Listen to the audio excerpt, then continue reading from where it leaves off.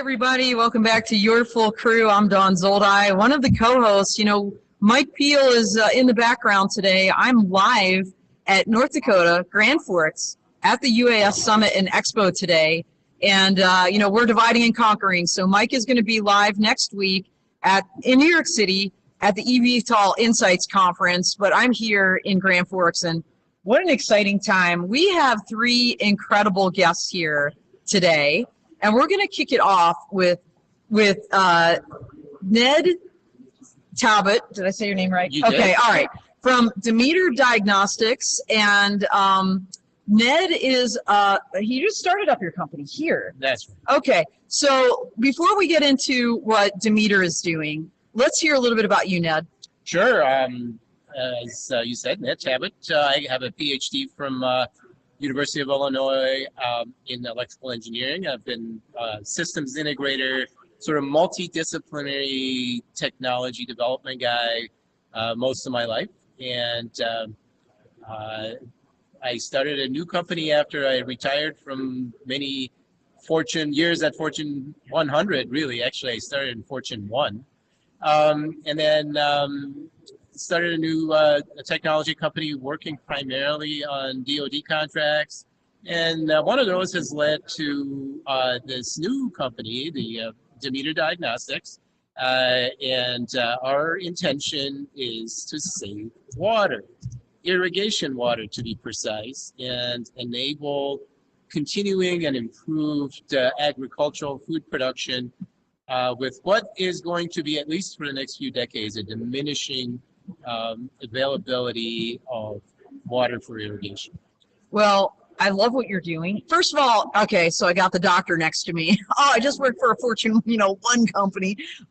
This is the level of folks we have here in North Dakota. Seriously, it is an incredible innovation hub. And I love what you're doing, water conservation. So tell us about the name of your company, though, because we were talking about it before we went on camera. And Demeter is what? Demeter is the Greek goddess of agriculture. She had a pretty rough life, so I hope that the company does better. And but she was very important to the Greeks, particularly in terms of harvest and healthy food supply. And so we're excited. And I also like alliteration, so Demeter Diagnostics sounded good to me.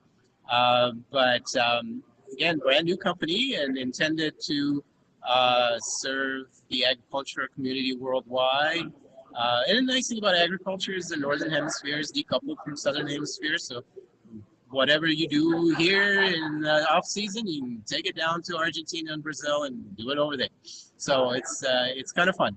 So you coined a new term. We've all heard of software as a service, but you're now kind of talking about what you do as surveillance as a service. So explain what that is. Sure. Surveillance sometimes has a negative connotation, but in this case, because it sort of fits with the theme of software as a service, surveillance as a service says that we do have a proprietary camera. It's a active multispectral camera, but we don't intend to sell that technology. We're going to hold it pretty tight because it is a differentiation for us, but we would sell the product. And if you're a farmer or a farm concern, you wouldn't necessarily need the bird. You don't necessarily need the camera that mounted on the bird.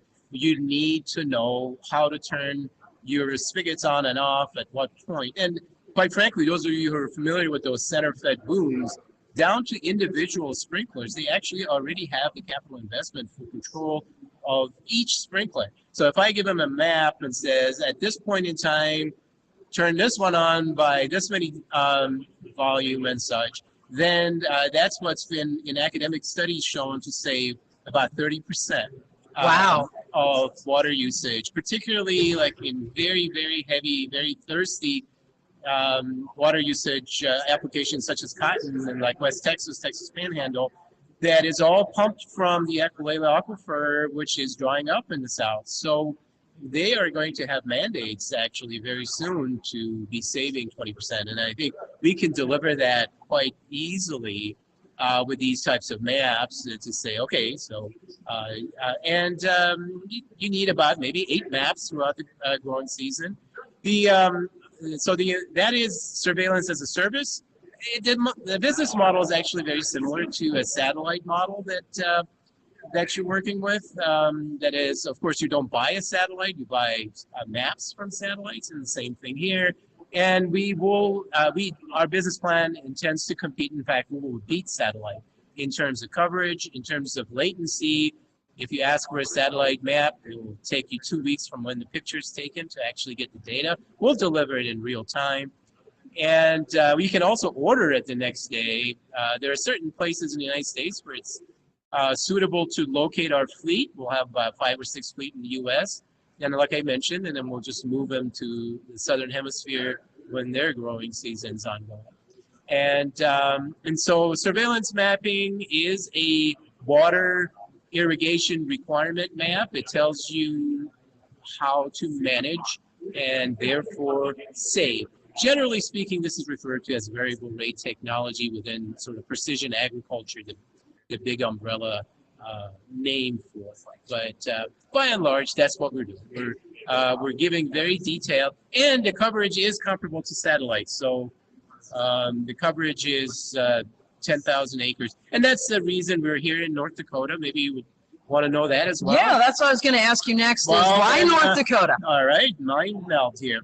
So we are in North Dakota because this is really the best place to fly beyond visual line of sight. So for us to compete at the kind of scale that we need to make a business of this, match the price per acre that satellite's offering, but do all these other things like direct measurement and also low latency, provide immediate response while the sprinkler is still on. There's a need for being able to fly the bird beyond visual line of sight, and hopefully autonomously in not too distant the future. And for that, North Dakota is the place to be with the Vantis program here. And so that's why we launched the company here. We're going to integrate the camera with other diagnostic tools, other instrumentation on board. What's going to probably end up being about 100, 110 pound bird that is capable of 8-hour sorties. Can operate day and night. It's an active camera, so you could go around the clock, and it doesn't need solar light, and that's how it operates without recalibration constantly. So, you know, if you get a cloud, if the angle of the sun changes, it doesn't influence our mapping capability. And yeah, so that's my story. We're going to be here. We're going to learn to fly beyond visual line of sight, demonstrate it here. But then most of our customers are going to be probably in the Sun Belt in the United States. Obviously, California with the high value crops, Idaho Valley with the potatoes. There's a lot of demand in Georgia with the peanut farmers and such.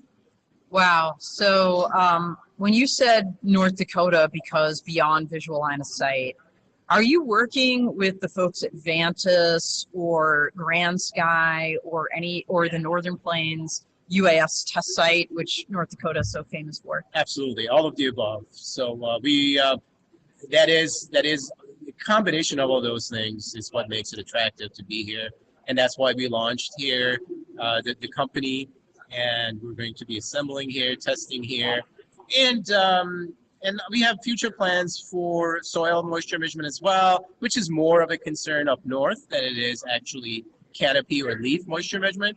And then, again, technology pipeline behind that is going to be ground penetrating techniques to look at, for example, root vegetables, which of course, you know, is quite big up here with sugar beets and such. So we will also have local applications, but it's primarily going to be learning how to fly autonomously beyond visual line of sight. So then we can do so and have the kind of coverage that would make business sense to again, to compete and beat satellite in terms of performance, but meet their coverage and price. Yeah, so it's funny you mentioned bee farming because I actually was on a plane to Fargo to get here, and I sat next to a lady who was involved in that, and I had no idea that was such a big crop here. So really, really interesting. Major sugar production state, yes. Excellent, excellent. So you mentioned maybe a couple other states where you plan to also expand to. Can you tell us a little bit about that? Sure. Actually, one of the nice things about the geography of the United States, and we're all about 60 million acres are under, well, their viability depends on irrigation. And they're in about 6 or 7 very tightly organized places in the United States. So that makes it easy, actually, for us to have fleets in all of those places and still be able to provide next day service. So where they are, they're primary. Of course, the high value crops, most orchards are in California and Central California Valley. But when it comes to wheat, most people who fly from coast to coast have flown over those crop circles. They know the center tap booms, those really round, pretty things in the middle of the arid Kansas and Nebraska, and those are all wheat. And of course, we know price of commodities, what they're going on. So there's going to be demand for, in fact, planting even more. So those two. West Texas in terms of cotton, and of course Louisiana. Anything along the Mississippi, the surface water, of course, mostly along the rivers, Mississippi River being the largest one. But as I'm learning more and more about irrigation, I'm learning how much water it takes just to grow peanuts. Wow. And potatoes in Idaho. Those are all big ones. Yeah, I know so many crops do take a lot of water, and that is an issue globally right now, having enough. So what you're doing is super important. Can you tell us a little bit about the drone you're using? Is that proprietary? Is that a drone you created, or are you buying a particular drone for these operations? Right, and so it has to be a fixed wing, long endurance drone, and most likely initially it will be a gas powered or diesel powered engine. So typically we're looking at a total weight of the payload being less than 15 pounds. That includes all the navigation and sense and detect and maneuvering and all of that, plus the communication, all what FAA requires in terms of triple redundancies of being able to land safely and all of that. So everything we're going to integrate into about a 15-pound nose cone without requiring, and these are all very high field of view capability systems, so we wouldn't need a gimbal. That 15 pounds for 8 hours kind of restricts the size of the aircraft to at least about 100 pounds. And so that's what we're looking at. So if people are familiar with Scan Eagle, that would be something along that size. Oh, wow. Okay, so that's, I'm trying to think in the military terms. I think Scan Eagle is a group 3? It's unfortunate that we go from like 55 pounds and max of group 2 to 1,500 pounds from max of group 3. It's really a 2+, 3-, 100.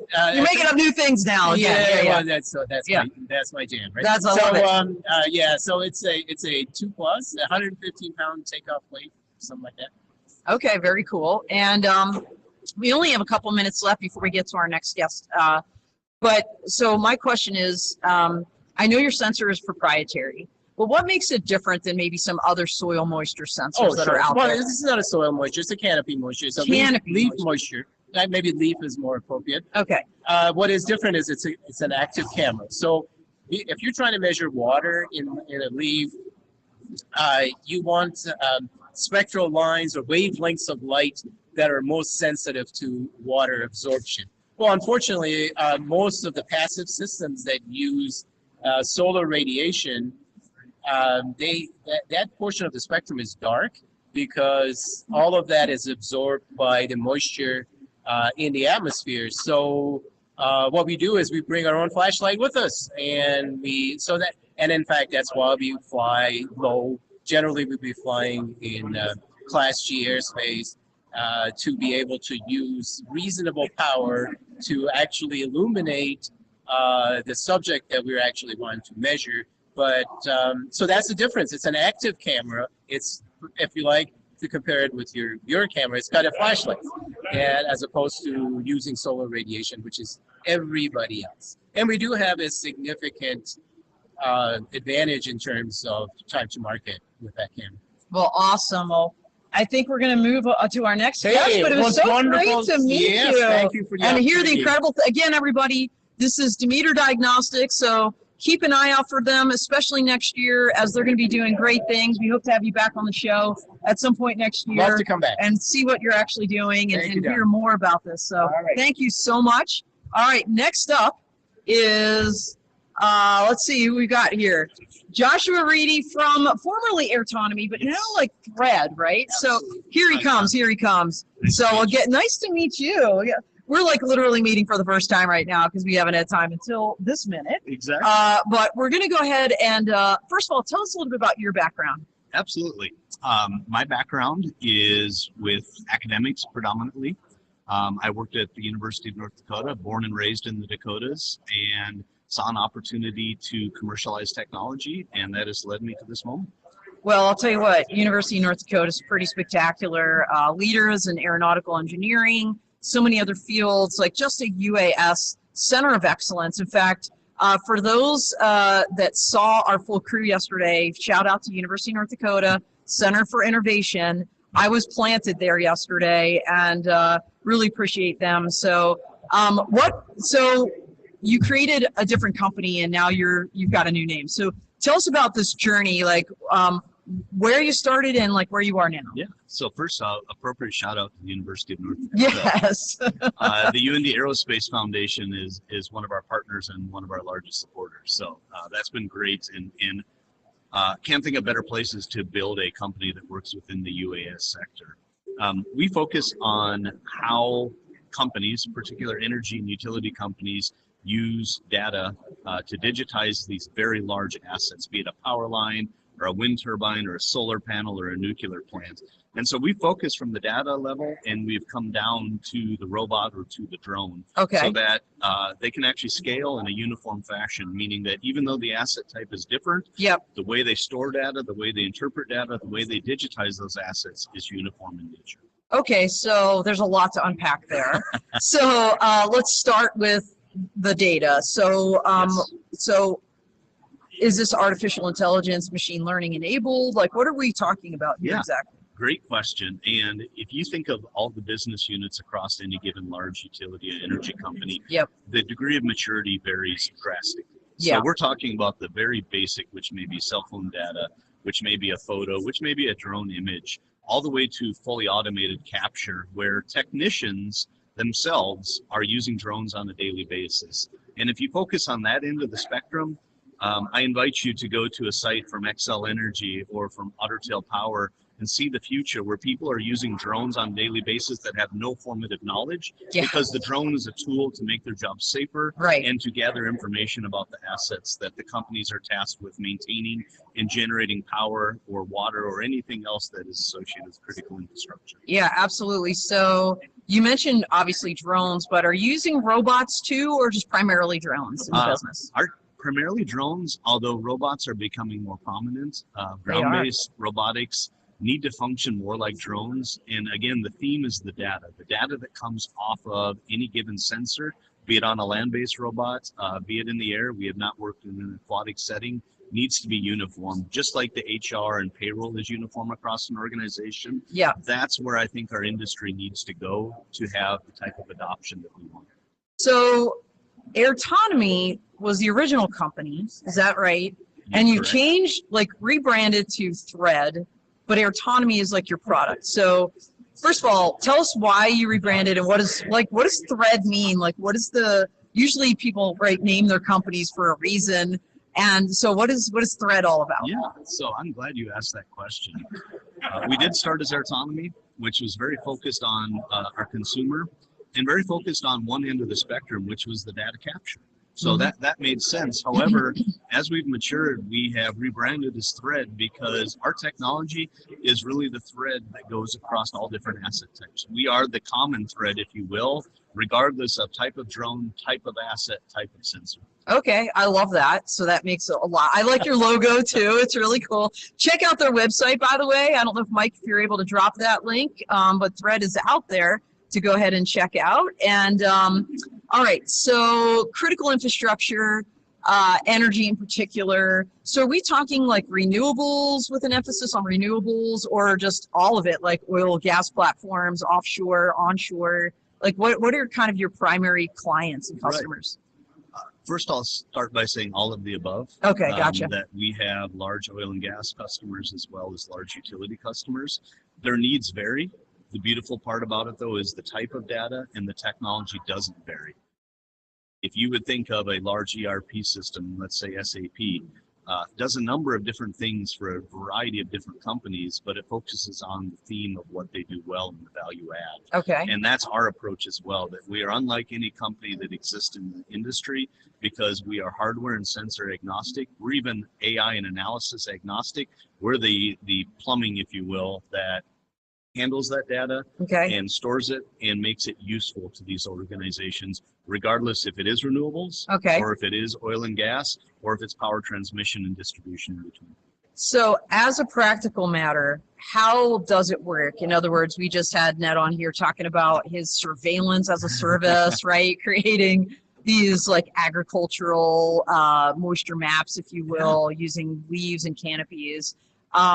Are you doing like a service? Do people like buy a subscription? Like how does your model work exactly? So we are a subscription company. We have taken a software focus, and I will describe the most advanced product we have and the most tried and tested, which is in wind. Oh, wow. A customer, in essence, subscribes to our software, not unlike any other piece of software that you subscribe to. What differentiates it within the industry is that the threshold to use our solution is literally measured in minutes. Don, you and I both, and ironically, I'm not a big drone person, you and I both, as well as practically anyone that has their 107, can begin to use this solution in minutes. And use this solution to inspect large assets like a wind turbine. That has transformed the maintenance cycle because right now our industry is doing what it can through services where you have an annual inspection, you have a professional that comes out and does that. But the reality is we don't choose when equipment breaks. We don't choose when there's maintenance issues. Well, you want to prevent them. I mean, you're right. You don't want to like be waiting for critical infrastructure till something breaks, like, right? So you need to regularize those inspections. So you're finding things, the cracks before they like actually break something. Or when a lightning strike occurs, or when the power curve goes just down, a check. When there's a mechanical issue. Right. And guess what? Now you don't have people repelling. Oh yeah, the dirty, dull. 20 minutes, one person. 20 minutes, one person. So dull, dirty, dangerous, right? Jobs. You guys are okay. So software as a service. So so then, are you integrating with particular drones, or is it like drone or hardware agnostic? It is hardware agnostic, and we realize in the industry that there are players like DJI, but we are also huge proponents of the domestic drone industry. And we look to be doing some work with the government soon as well, where their needs are entirely different than the energy. And that's the proof point for us, is it really doesn't matter, the drone or the sensor. Right. We focus on the software and the technology. Awesome. So there's a lot of people out there watching us right now. So thank you, everybody. I mean, this is amazing. Rob Cranston saying excellent. So obviously loving what you do. And we got a late question here for Ned, who's not here right now, but who is Ned targeting as customers? Bear, if you reach out to me, I'll connect you with Ned directly after the show. And anybody else too, if you want to connect with these three guests, I'm absolutely happy to facilitate conversations. That's what this show is all about, is getting the word out about what people are doing, the latest news in this industry, and making those connections. So I'm going to ask the question that Bear asked Ned, but asked to you. Sure. So who are you targeting as your primary customers? I mean, we talked about renewable energy sources, traditional energy companies, but the United States government, I assume, maybe USDA or no, that's Ned. You're doing energy, so maybe DOE as an example. Department of Energy would be a great client for yours, but who else? Yeah, can I give a shout out? Yeah, please. Yeah, shout them out already. Drone Hive is a partner. Oh, I love Drone Hive. Paul Hewish. He's like I love him. Paul and company are going into wind and are going to be doing it cheaper, better, faster, and locally sourced. Yay! Which is a huge change. But we're also going directly to customers that want to do drones themselves. We literally want to put drones in the hands of every technician in the back of every service vehicle, which is transformative within the industry. Yeah. Why? Because drones are a great tool. We all know that. Right. Let's use them. Let's use them at scale. So Paul, for those that don't know, Paul Hewish and Drone Hive, they're out of Utah. And Paul was one of our very first guests on the Dawn of Drones show last year. I'm going to say August, just doing great things. I've been watching Paul. He has a heart for conservation, a heart for energy, clean energy, and I love that you're tapping into that. This seems to be a theme here in North Dakota so far with these last two guests. Really try to make a difference for our planet, and I love how you're using your products and Ned is using his to better society. So thank you for that. And we've got just a couple minutes left, and I think I know the answer, but I'm going to ask you anyway. Why North Dakota? Why are you here? Clearly, you're a UND grad. You have a heart for this place. I can see why. But why North Dakota? This place has better teamwork than any place I've ever met, Don, and I hope you feel that. It's an energy for sure. Like this, yes. Yep. You know, the tenfold maybe to the University of North Dakota, but the ecosystem that's grown around it with Vantis and the Northern Plains UAS test site, and even a governor. Who else has a governor that's a former Microsoft executive and entrepreneur? Holy Schmit. You know, well, and a senator, like, you know, you got Grand Sky, right? Exactly. Grand Forks Air Force Base co-located there. And then Senator Hoeven is a real advocate for the UAS industry and technology in general. And for those that weren't around yesterday to see our special broadcast live stream from Grand Sky at the happy hour that kicked this whole event off, go check that out on the Full Crew YouTube channel because we had Senator Hoeven on. This guy is so good. We had a bunch of birds on the ramp, and I said the wrong one, and he's like, well, what you meant to say was, and I'm like, okay, this guy is good. This guy is good. So check that out. Absolutely. We had AVSI Michael Robbins on, Tom Sawyer from Grand Sky, Don Bershoff, Rob Knockenhauer from Census Technologies. We had some of the economic people here, and John Nelson from BBI International is running this event. So many great folks on that show. But so how do people find you? How do they tap into what you're doing? Absolutely. We've rebranded, as you said, to Thread. Our web address is thread.one. We're easy to find on LinkedIn or online. Look us up and work with our partners like Drone Hive, and we will transform the industry and how we manage critical infrastructure, especially in the United States. I'm proud to do it. I love that. And by the way, if you just Google Thread, you're not going to find them. Like you said, thread.one. You can also Google Airtonomy, and it'll pull up thread.one as the main website. So absolutely check them out. I wish you the best of luck. Thank you. I hope to have you on the show, Dawn of Drones, next year. You know, maybe for some kind of a North Dakota series. We would love to, and we would actually love to get you in the field, maybe on a plan. That would be cool. Let's get you in the field and let you see firsthand how this works. I would love to see that. Experience. I would love to see that. Well, thank you so much, Josh. Great to see you. Take care. All right, we got next up our last guest, pulling him out of the crowd, just, you know, hanging out with the coffee. We've got our Eyesight CEO? President. Yeah. Joey Schmit. So welcome. Thank you. Yeah. So Joey, tell us a little bit about yourself.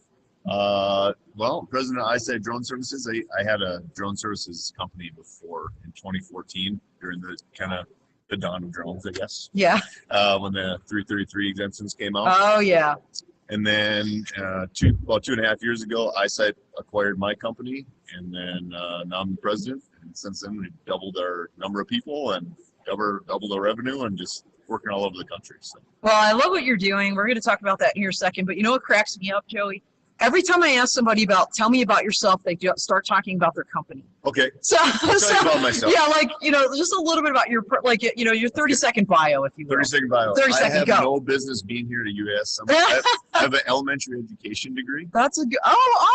I love that. 2-year business degree and then an elementary education degree. Yes. And then became an entrepreneur. My dad was an entrepreneur, and I became one. Loved the problem-solving nature of drones. So that's what drew me into it. I love that. You know, I tell my kids, I have like men children, I tell them it doesn't matter what your degree is in, right? You just follow your passion. It's all going to work out. I love that you've done that. So tell us about Eyesight. Well, Eyesight is a drone service provider. So what that means is we take all the solutions and technology and equipment that all these smart people make, and we use them as a service for inspections, flying the aircraft, testing the aircraft, different payloads and sensors. Eyesight basically does critical infrastructure inspection across the nation. It used to be internationally, but COVID kind of shut that down. Yeah, as tends to happen. But by the way, Joey, we have a lot of people out there. I want to shout out to a couple folks.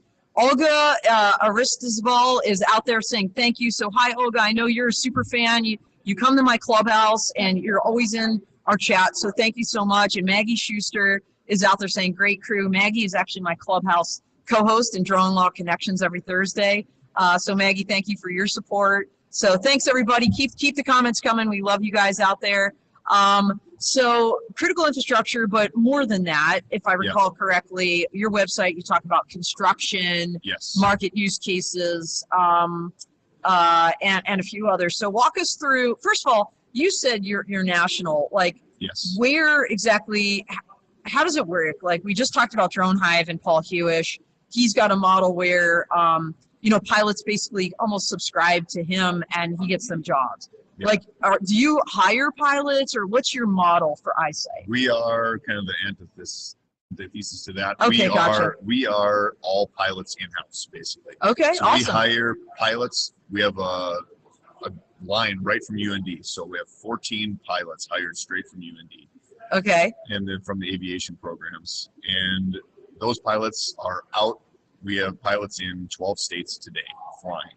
Okay. For different wind turbine inspections, cell tower inspections, solar panel inspections, and transmission line inspections. That's kind of the bulk of our work. Okay, so brilliant, by the way. We just did a shout out to UND. We're going to keep those shout outs coming because they deserve every shout. Well, and like Maggie's out there, you know, I have a heart for education. Clearly you do. The fact that you've created like a workforce development pipeline with UND right into your company, I think is so significant, and I love that, and I feel like so many other people need to be doing that. So good on you, and you're taking them right out of college and sending them across the country to these 12 locations to do great work for critical infrastructure and other things with drones. So that's super cool. And I think when we take them out of college, they're a little bit green, but we teach them lessons about autonomy right away. When they're on their own, they're with $150,000 worth of gear, booking their own stuff out in the middle of Texas, working with customers on their own and being a representative of the company. And that's on like day 15. Yeah. So it's a really incredible opportunity for young people to grow very quickly. Yeah, Maggie's out there. You know, we also have a heart for diversity. Are you finding it hard to find, even out here out of University of North Dakota, women pilots to hire for your, you know? So what are your thoughts on how we can change that? I think, you know, these industries are unfortunately male dominated. They are, yeah. You know, all the constructions and trade industries are male dominated, and we have to flip the script because we need more women. Yeah. We only have one woman on our staff. No way. Yeah. Wow. Okay. And it's a problem. All right. We don't get all those different perspectives and just, frankly, just better work. I love it. No, I'll tell you this. I worked for a general, and I love the guy. He was a little bit politically incorrect, let's call him that. And he used to just hire women all the time, to be around him. And he said, I love women because they work harder because they have something to prove. And, you know, there kind of is something to that. As being as a woman, I can say that. But one thing you might consider, and everybody out there should consider, because I know this is an issue for the industry. In fact, I just, UAS Magazine that sponsors this event, just published my article on workforce diversity. You know, join Women in Drones. Yes. They have a jobs board, and they can connect you with women that are looking for jobs. And so companies should really do that. It's really a no-brainer. We've got Ben out there, Ben Ribeiro, saying, thanks for hosting this insightful show. Absolutely. Appreciate you, Ben. And, you know, keep following us. We love what we do. And we get to have a great life just traveling around talking to incredible people here like Joey. So, we've got, so what is, as you look forward, Joey, what do you see, you know, for the industry in 2023? We're in Q4. I mean, it's coming up fast. We're already planning on 2024. I mean, it's holy shnikes. Because the business changes, this industry changes so fast. Yeah. It's completely turned 180 degrees since its inception, like 2014. Yeah. So now you think about where it's going to be. But the thing is, right now you're seeing so much consolidation. Yes. Inside the industry. So mom and pops are no longer really a thing. it's getting all eaten up by the big companies that have something, a revenue stream that's getting generated. Well, you're an example of that, right? I mean, Right. you were bought up. I mean, it's not a bad thing, right, to No. consolidate, because I think there's something to be said for better together. Yes. You know, and what I'm also seeing, and I'd like your thoughts on this. I'm seeing a lot of collaboration amongst people or companies that you would think would be maybe direct competitors. Yes. Where now they're kind of linking arms, if you will, and they're moving forward together. Are you seeing that too? Absolutely. And I think North Dakota is a huge example of that, because we don't have the people or the resources, so we have to partner together. Yeah. It's the only way to compete against anybody from the West Coast to the East Coast with lots of population. We have to band together. But you're seeing it even with big companies. Yeah. They're going together and raising money together to go tackle the problem. So I think that's really cool. So you work very closely, I believe, with Vantas. Is that right? Are Yes. you guys doing some beyond visual line of sight ops out there? yes, so we've been working with the test site for many years, and now we have an office in Watford City and work directly with Vantas, have a contract with them. So we test our aircraft and sensors and sense and avoid against the Vantas network frequently. All year we have been doing it. How's that going? Because you know, we had the FAA, right, put out the Beyond Visual Line of Sight Aviation Rulemaking Committee report. Yep. And a couple listening sessions, and hopefully 2023 we're going to see some form of policy or rulemaking happening in that arena. But how is that going?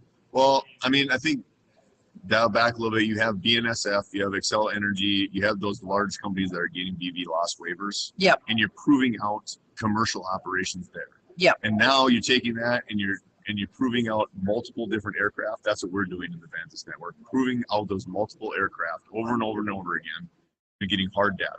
Yep. So I think once you do that and you do it over time, you're going to get a use case for the FAA to say, okay, now this is legal. Yeah. This is good to go. Yes. But for 2023, I honestly don't know if they're going to be able to make rules in 2023. I hate to burst any bubbles, but if I'm going to predict, I'm going to predict this. By the way, I've got a little bit of insider information. Oh, Actually, no.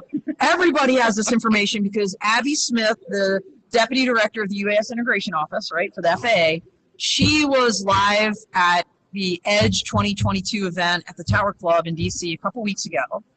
And that video is on the Government Business Executive Forum, GBEF website. But she said to everybody, and this was the first time she said, at the end of this year, the FAA is going to put in the Federal Register kind of that comprehensive projection for 2023, like Federal Register activities. And that's going to include some rulemaking. So here's my guess. They're going to do this in piecemeal. They're not going to they're not going to eat the whole elephant. Yeah. They're going to take some of those 400 pages of recommendations, maybe the low-hanging fruit, and start implementing some of that stuff. And yes. I think that will be a win for the industry to move forward, at least in chunks, to get this thing going. I definitely see that. That makes sense. I think piecing it together, getting a little bit of a range, you know, Yes. getting a mile, getting 2 miles, getting 3 miles, and then starting to crawl and then walking and run, because it's just during the Vantas network testing, we've seen things that go really right, and we've seen things that need help along the way in communication and safety. So it's got a ways to go, but I think that intermediary step is absolutely going to happen, and I think it's necessary. I think so too. Are you guys in Texas? Yes, right now. All right, so I need to introduce you offline to Maggie. She's a pilot, and she's like looking for a job. We're in Texas, Maggie. So Eyesight, Maggie, check them out, and I'm happy to make the intro after the show. And again, that you know, maybe that's the point here, everybody. You know, if you want to connect with Joey or Ned or any of our guests, please reach out to me, and I will make those connections. That's what this is all about, is getting the word out about the incredible things these companies are doing. So any other kind of breaking news you want? This is a news show after all. Anything you want to kind of tell the crowd out there? Let's see. Well, I think this is the 16th year of this. It is. So, 16th annual UAS Summit Expo right here. No one knew what the word UAS meant 16 years ago. Well, that's a great point. And now it's drone and UAS is common vernacular. Yeah. I think you're going to see just more acceptance. You know, we've had conversations in the last 5 years about people saying, well, it's all about risk management. I think you're going to see that kind of go by the wayside, because these autonomous vehicles, whether it's ground or air or big scale, small scale. Or sea or subsurface. Yeah. I mean, they're multi-domain. They're used to protect us. They're used to take care of dangerous jobs that you don't want a human in. They're used for really critical things. Yes. So I think the more public perception, just keeping that rolling, understanding that, I think that's one of the causes of this conference in particular. Yeah. Is that it's really gotten the awareness out. It absolutely has. So I really appreciate all the conferences like this and the emerging technologies that come and keep people interested and realize that drones are here to stay. Yep. And we need operators to do it. So yeah, come on down. Eyesight is hiring, apparently. yes. So check them out. And you know, when you look around the world right now, and sadly we have that, Hurricane Ian, right, that just kind of eviscerated Florida. More than 100 people unfortunately lost their lives. But I think on the flip side of that, one of the things we're seeing there is the use of drones again in the wake of disaster to make a difference. And big shout out, by the way, to drone cadets and vets to drones. Tony Reed and Chris are out there with their teams doing great things. And I love that they're giving back to, just so many different, critical infrastructure always impacted in disaster. Always. So great what you guys are doing too. So how do people reach you as we close out the show? Well, you can go to our website, eyesightdrones.com. I'm sure we'll have my contact information on here if you need it. But Eyesight Drones is the best way. Just email us, give us a call.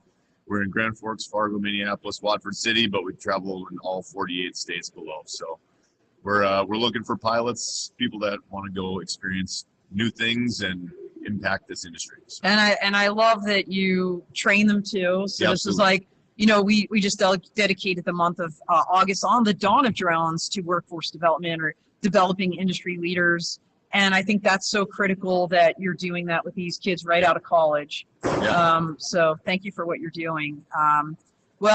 All right, we've got Alvaro Jose Ortiz saying nice. So thank you, Alvaro. Appreciate you. And everybody out there, I think that's pretty much all she wrote. We are going to be here live also tomorrow, by the way, on the Dawn of Drones with Tom Sawyer of Grand Sky and Don Bershoff of True Weather. We're doing a panel later today of weather and how it impacts beyond visual line of sight and really all operations. And we're going to really be kind of dovetailing with that tomorrow on the Dawn of Drones. So check us out, 9 a.m. Mountain, 10 a.m. Central, right here in this same location in the lobby at the UAS Summit Expo with those two. It's going to be a good time. Appreciate everybody. Thank you so much. If you have not subscribed to Full Crew, please do that. Subscribe, hit the like button, hit the little bell, and you'll always get notifications of when our next show is going to go live. So appreciate all of you. Have a wonderful day, and hopefully we'll see you tomorrow on the Dawn of Drones. We are out here.